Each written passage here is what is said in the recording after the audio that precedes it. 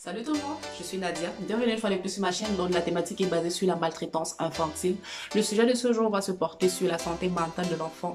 Pourquoi ce sujet? Parce que je suppose que c'est par là que tout commence et ça dépend de l'environnement dans lequel l'enfant se situe et ceci peut aussi jouer sur son développement, non seulement personnel mais également sur son adaptation dans la société.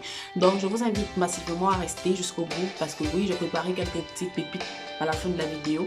Et voilà, avant qu'on les y mette, je vous invite à vous installer confortablement et de quoi boire, grignoter. Alors, faites comme chez vous. Donc, je vous laisse quelques petites minutes afin de le faire et on se reprend après l'intro.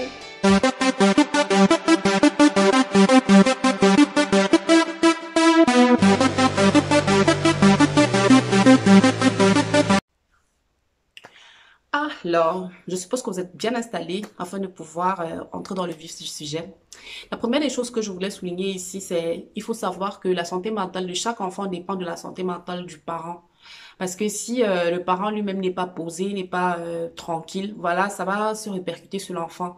Donc, il est important pour chaque parent vraiment de s'aménager, de pouvoir faire la part des choses. Je sais, c'est pas facile d'être parent, mais je pense qu'il faut aussi trouver un juste milieu pour pouvoir apporter l'éducation, la bonne éducation qu'il faut à cet enfant-là. Donc, tout commence par vous, tout commence par votre stabilité, votre façon de gérer les choses, de gérer surtout vos humeurs devant les enfants, afin que ceux-ci puissent aussi voilà, être votre copie. Parce qu'on dit chez nous, l'enfant n'est que la copie du parent. Donc, je suppose que vous êtes le miroir, en fait, de cet enfant-là. Tout se retransmet par vous. Donc, et une autre chose que je voulais souligner, c'est essayer d'adapter l'environnement de l'enfant à ce qu'il puisse grandir dans un environnement sain. Je voudrais parler de là déjà de la salubrité. Sachez vraiment essayer de ranger parce qu'on a toujours tendance à trouver cette excuse, voilà, comme on vient dans la maison avec les petits enfants, la maison doit toujours être un peu, je sais pas moi, dans tous les sens et tout. Non, c'est pas toujours ça. C'est pas toujours ça. Essayez de montrer à l'enfant que voilà, il est important que même quand tu veux jouer, que tes jouets soient rangés. Si tu veux voilà faire de la colorie, il faut que tout soit rangé, que tu aies tes feutres qui sont là à un niveau, que tu aies tes cahiers tes cahiers qui soient là. Donc tout doit être vraiment être dans un ordre. Tout doit être dans un ordre afin que cet enfant-là puisse déjà avoir dès le départ le sens de l'organisation. Parce que comme je le dis, ça a des répercussions même à l'école. Vous allez voir, il y a toujours des enfants qui sont à l'école, qui sont tellement turbulents, qui sont soit ils sont dans leur coin, soit voilà, ils ont un comportement voilà qui est déjà en train de d'alerter les professeurs pour dire que peut-être ici il y a un problème qu'il faut essayer de souligner avec le parent et tout et tout. Donc c'est important déjà de d'adapter l'environnement de l'enfant afin qu'il puisse avoir une éducation saine, un environnement sain, d'accord? La troisième des choses que je voulais également souligner, c'est que cela peut aussi jouer sur l'humeur de l'enfant. Vous allez voir, comme je disais, il y a des enfants qui sont tellement turbulents, soit qui crient n'importe comment. Je sais pas moi, petite chose, les gens en train de crier. C'est parce que voilà, d'habitude peut-être les parents ont cette habitude-là de crier devant l'enfant, de se disputer devant l'enfant, ou alors je ne sais pas, mais il y a ça qui revient toujours. Donc il est important, moi je dis toujours, il est important de ne pas montrer même si on est en colère et tout, il faut canaliser ça afin que l'enfant puisse déjà connaître, ok, même si je suis dans la colère, je suis capable de me maîtriser. Comme je dis, l'enfant, en fait, il ingurgite un peu de tout. Il prend tout ce que vous lui donnez, en fait. S'il il vous voit toujours en colère, bon, peut-être pour lui, ça sera normal, il est toujours en colère. Donc, il faut lui montrer, en fait, le chemin qu'il faut prendre, qu'il faut emprunter pour pouvoir être quelqu'un de stable dans la vie. Donc, sachez gérer votre colère. Moi, je prends l'exemple sur moi, je suis avec mon fils qui a toujours, qui a toujours, qui a, qui a toujours, qui a 3 ans. Et j'ai toujours ce souci-là, peut-être quand je sors avec mon fils. En fait, c'est dehors il veut aller souvent tester mon humeur. C'est dehors parce que quand on est à la maison et tout, il sait déjà qu'ici, quand il va peut-être faire une bêtise, je vais venir lui dire une fois, deux fois, voilà. Ah, je n'aime pas ça. Fais pas ça. Je n'aime pas ça. Et puis il va voir, il va très vite se calmer. Mais j'ai comme l'impression que quand on est dehors, en fait, tu sens que l'enfant, même à ce âge-là, il sait déjà ici, là, que voilà, maman va pas me faire honte devant les gens. C'est inné, en fait. C'est inné. C'est pour ça que je ne comprends pas ces parents-là qui veulent toujours rabaisser leurs enfants ou alors leurs neveux, leurs nièces devant les gens. C'est un truc qui reste dans la tête de l'enfant. C'est pas bien. C'est pas bien. Donc, l'enfant veut toujours tester un peu le parent devant les gens. Et un jour, je me rappelle, on avait emprunté les transports en commun. Voilà, mon fils, je lui avais déjà donné un peu des sucreries pour que, voilà, comme il aime bien les sucreries, je lui ai donné un tout petit peu de sucreries. Mais j'avais oublié que j'avais encore quelques petites sucreries dans la poussette et tout. Donc, il a vu et il veut les prendre. Donc, j'essaie de lui dire, non, non, non, non, tu n'as plus droit aux sucreries parce que tu en as déjà mangé et ça suffit.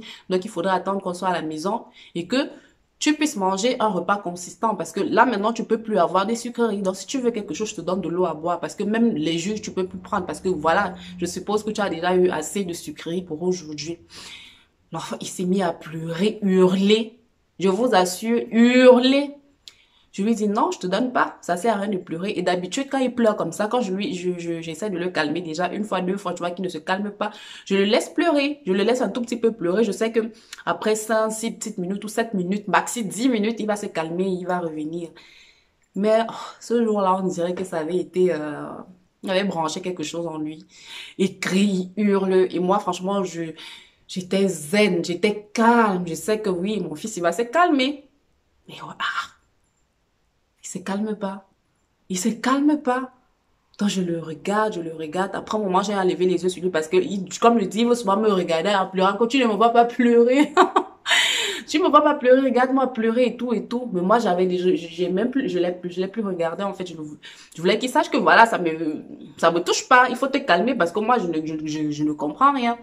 Mais vous connaissez les gens avec le regard et tout. C'est quelque chose que je ne vais jamais comprendre. Je ne sais pas qui aime être là où un enfant pleure. Même nous, les parents, on ne supporte pas les pleurs de nos enfants parfois parce que tout le monde veut avoir son calme. Mais j'ai comme l'impression que les gens te regardent souvent comme si c'est un extraterrestre qui est là. Donc, avec tout ça, toutes ces pressions qui est déjà là, je vois les regards sur moi, mais je ne parle pas. Je vois, il y a un collègue au chauffeur qui hausse le ton, qui se bat à me parler. Mais calmez-moi cet enfant! Vous ne voyez pas qu'il est en train de déconcentrer le chauffeur? J'ai dit, hé! En fait, c'est celui que j'allais un peu déverser parce que je peux pas déverser ça sur mon enfant. Je ne peux pas. Pour moi, c'est impossible que je crie sur lui quand il est en train de pleurer comme ça. Il faut que j'attende qu'il se calme et que je lui dise, non, regarde, pourquoi je te fais pas ça, je te dis pas ça, c'est parce que. Et en fait, il me dit ça, calme l'enfant. J'ai dit, hey, stop, stop. Qu'est-ce que je suis censée faire? Vous n'avez pas vu que j'essaie de le calmer? Il me dit, non, mais prends-le, porte-le. J'ai dit, stop, stop. Parce que quand c'est pour l'autre, c'est facile. C'est toujours facile à dénigrer, à parler et tout et tout. Pourtant, je pense que tout le monde connaît un peu que c'est pas facile. Mais curieusement, tous ceux qui étaient là, bon, les passagers, ils n'ont rien dit. Ils ont juste regardé. En fait, ils étaient là comme ça, essayer de comprendre la situation. Ils me regardent. Ils voient comment je suis d'avoir calme. Parce qu'en fait, ça ne sert à rien de s'agiter quand vous êtes dans ce genre de situation. Vous vous stressez non seulement vous-même, mais vous stressez encore plus l'enfant. Vous stressez plus l'enfant. Alors, ce que moi, je fais, en fait, je m'en fous un peu si on est dans un espace public ou pas. C'est un enfant. Et avec l'âge, ça va s'apprendre. Tout le monde, tous les enfants sont passés par là. Il n'y a pas d'enfant qui n'a pas fait une crise en public et tout. Donc, je le laisse pleurer jusqu'à ce que je vois il s'est calmé. C'est là où je le prends dans mes bras. Je lui dis, mais non, ce que tu es en train de faire, c'est pas bien. Je t'ai déjà donné ceci, je t'ai déjà donné cela. Je ne peux plus te donner parce que pour aujourd'hui, tu en as à manger assez. Attends, on arrive à la maison, je vais te donner. Et il a compris, il était calme jusqu'à ce qu'on est rentré. Donc, imaginez un peu si ça avait été le contraire. Il est en train de pleurer. J'allais commencer, calme-toi, calme-toi, calme-toi. Et puis, au fur et à mesure, monter jusqu'à péter un plomb. Et je suis sûre que les mêmes gens, les gens qui me regardaient, peut-être il y a d'autres qui allaient me commencer à me filmer, on allait se retrouver sur TikTok en train de dire, regardez les Africains, machin, parce qu'on se connaît. Non, non, non, non, non, non, non, non, non, non. Mais curieusement, comme il ne s'est rien passé, au contraire, c'est le collègue au chauffeur qui s'est fâché. Je sais pas moi, c'est resté comme ça. Incognito, je suis sortie et tout. J'étais étonnée que personne ne me crie dessus. J'étais vraiment étonnée. Donc, c'est un peu ce que j'essaie de vous transmettre. Je sais que c'est pas un truc facile parce que ça ne sert à rien de faire grandir l'enfant avec des humeurs qui changent à tout moment. Parce que ça joue beaucoup sur l'humeur. Non seulement ça joue sur cette humeur, ça joue même sur le sommeil. Vous allez voir les enfants qui ne dorment pas assez. Parce qu'ils ont toute tendance à entendre des voix. Et quand ils arrivent même dehors, quelqu'un les crie dessus, ils savent déjà là qu'ici, je dois me protéger parce qu'on me crie déjà dessus. Donc, essayez un peu de faire la part des choses. C'est très important pour la santé mentale de l'enfant. Il faut déjà que, dès le bas âge, que l'enfant sache déjà se tenir, qu'il sache déjà que, OK, ici, je peux faire ceci, je dois me comporter ceci. C'est dès le bas âge que ça s'apprend. Si c'est raté dès le bas âge, vous allez voir, c'est n'importe quoi. Je dis pas qu'il y a des parents parfaits. Il y a aucun, moi, je suis pas parfaite. Je suis même très, très, très, très imparfaite. J'apprends tous les jours. Mais j'essaye de prendre le bon côté de la chose et mettre toutes les chances de mon côté afin de pouvoir lui apporter la meilleure éducation qui soit. Donc, c'est ce que je vous invite à faire aujourd'hui. Pensez à vos enfants, pensez au développement de ces enfants-là et permettez-les vraiment de grandir en bonne santé mentalement. Ils ont besoin de ça pour pouvoir se trouver dans cette société qui est en train d'aller dans toutes sortes de dépravations. Ça ne sera pas facile pour eux. Peut-être nous encore, on avait la chance parce que, voilà, c'était un peu calme. Il y avait encore des choses qui étaient un peu, hein, voilà, tabou et tout. Mais maintenant que tout est ouvert à tous comme ça sera pas très facile. Et si ils n'ont pas un lieu où, voilà, ils peuvent se sentir en paix, ils peuvent être dans le silence, mais faire le vide total dans leur tête, ça sera la catastrophe. Parce qu'imaginez qu'ils sortent, ils auront fait à faire face à de nombreux défis dehors où ils devront, voilà, essayer de se canaliser. Et puis ils rentrent encore à la maison, il y a encore ces mêmes défis. Donc ça sera un peu comme, en fait, ça va pas s'arrêter quoi. Ça va pas s'arrêter de tourner, ça va pas s'arrêter de tourner dans leur tête. Et tout ça, ça peut conduire à des faits très graves. Notamment, vous connaissez déjà le suicide et tout, parce que ils se sentent, mais pas du tout en sécurité, ils se sentent, c'est trop, ça fait trop pour eux. Donc, franchement, en tant que parent, je pense que essayons un peu de trouver le juste milieu à faire ce qu'il faut faire devant eux et ce qu'il faut pas faire devant eux.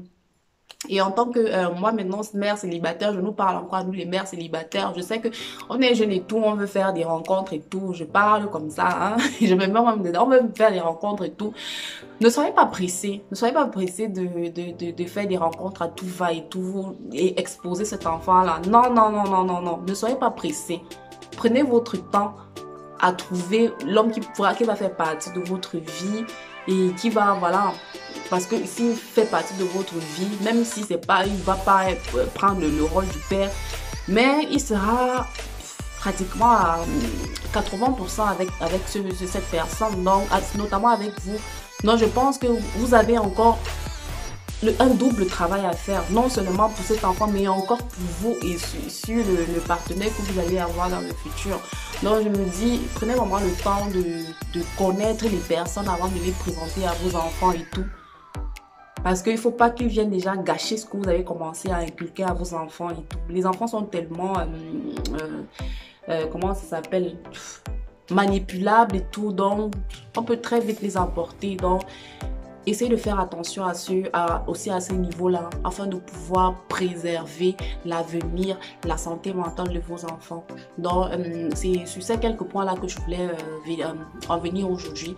Et j'espère que j'ai pu apporter ma petite contribution afin de pouvoir vous aider à comprendre un peu comment la santé mentale de l'enfant fonctionne et tout, et les points sur lesquels il faut vraiment s'appuyer pour pouvoir aider ces enfants-là à mieux se développer demain.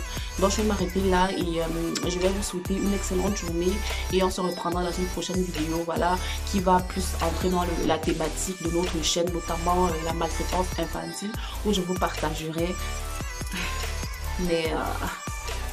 mes peines, mes douleurs, comment j'ai grandi et tout. Donc, je vous attends sur cette vidéo-là et surtout n'hésitez pas à commenter, à partager, à liker les vidéos que je poste. C'est grâce à vous. C'est grâce à vous que la chaîne pourra s'agrandir.